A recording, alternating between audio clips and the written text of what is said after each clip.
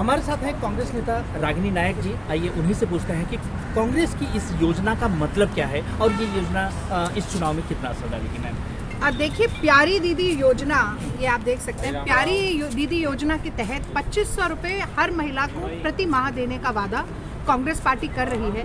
और जैसा कि सोनिया गांधी जी हमेशा कहती रही कि कांग्रेस के लिए घोषणा पत्र असल में न्याय पत्र है और हम बड़ा ही इसे पवित्र दस्तावेज मानते हैं। और जो कांग्रेस कहती है वो करके दिखाती है और उसका प्रत्यक्ष प्रमाण कर्नाटक की कांग्रेस सरकार है।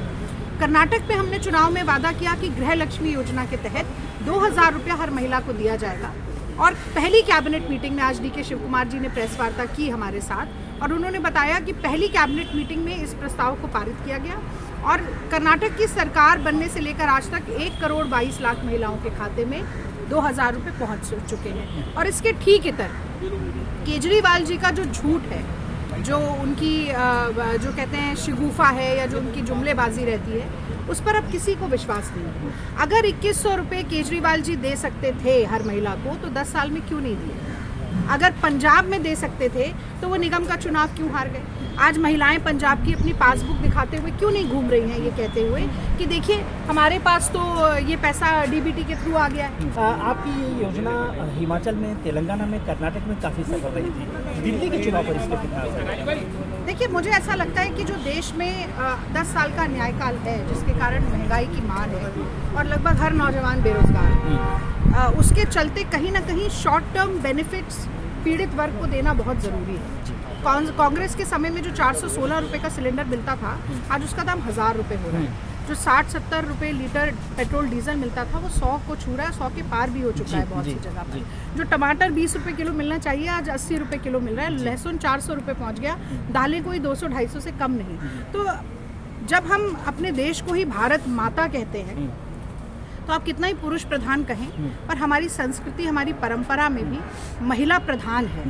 तो अगर महिला सशक्त होगी तो पूरा परिवार सशक्त होगा, ये कांग्रेस पार्टी मानती है। और इसीलिए हम चाहते हैं कि महिला के पास 2500 रुपये पहुँचे और उसे जोड़कर, जैसा कि आज हमने वीडियो में भी दिखाया कि कर्नाटक में किसी महिला ने एक स्टोर खोला, किसी ने फ्रिज लिया, किसी ने अपने लिए सोने के झुमके लिए। ऐसी तमाम ख्वाहिशें और उम्मीदें और अपेक्षाएं महिलाओं की होती हैं जो पूरी होंगी दिल्ली में। मैं एक चीज़ जानना चाहूँगा, चूँकि आप लोगों का एक सबसे बड़ा रोल मॉडल गांधी परिवार होता है, प्रियंका गांधी जी का रोल इसमें कितना था इस योजना को तय करने में? क्योंकि महिलाओं को आगे बढ़ाना चाहिए।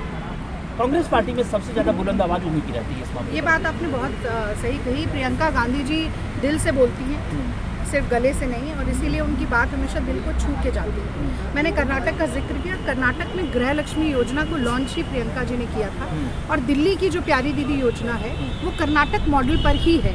तो उसमें जैसे प्रियंका गांधी जी का वहाँ सहयोग और समर्थन और कहीं ना कहीं योगदान रहा, वैसा ही दिल्ली में भी है। और मैं समझती हूँ कि ये सोनिया गांधी जी ने ही परंपरा चलाई कि अगर राशन कार्ड भी बनेगा तो वो महिला के नाम पर बनेगा, कि महिला को परिवार का प्रमुख मानकर हम नीतियाँ बनाते हैं। तो मुझे और कई चीज़ें मैं गिना सकती हूँ। हिंदू सक्सेशन एक्ट में 2005 में बदलाव किया गया, लड़कियों को को पार्टनर बनाया गया एंसेस्ट्रल प्रॉपर्टी में, यानी कि जो पैतृक संपत्ति है उसमें लड़की का भी हक होगा, केवल लड़के का नहीं। इसे तमाम हम ये लेकर आए, sexual harassment, prevention of sexual harassment at work places. तो महिला सशक्तिकरण होना बहुत ज़रूरी है। महिलाओं की छवि, जो परंपरागत छवि अबला की है, उससे सबला में परिवर्तित होना बहुत ज़रूरी है। आधी आबादी को पूरा हक मिलना बहुत ज़रूरी है और कांग्रेस पार्टी तन मन धन से इस काम के लिए समर्पित है। अमर उजाला जीवांजलि के सारथी की मदद लें और महाकुंभ में स्नान जरूर करें।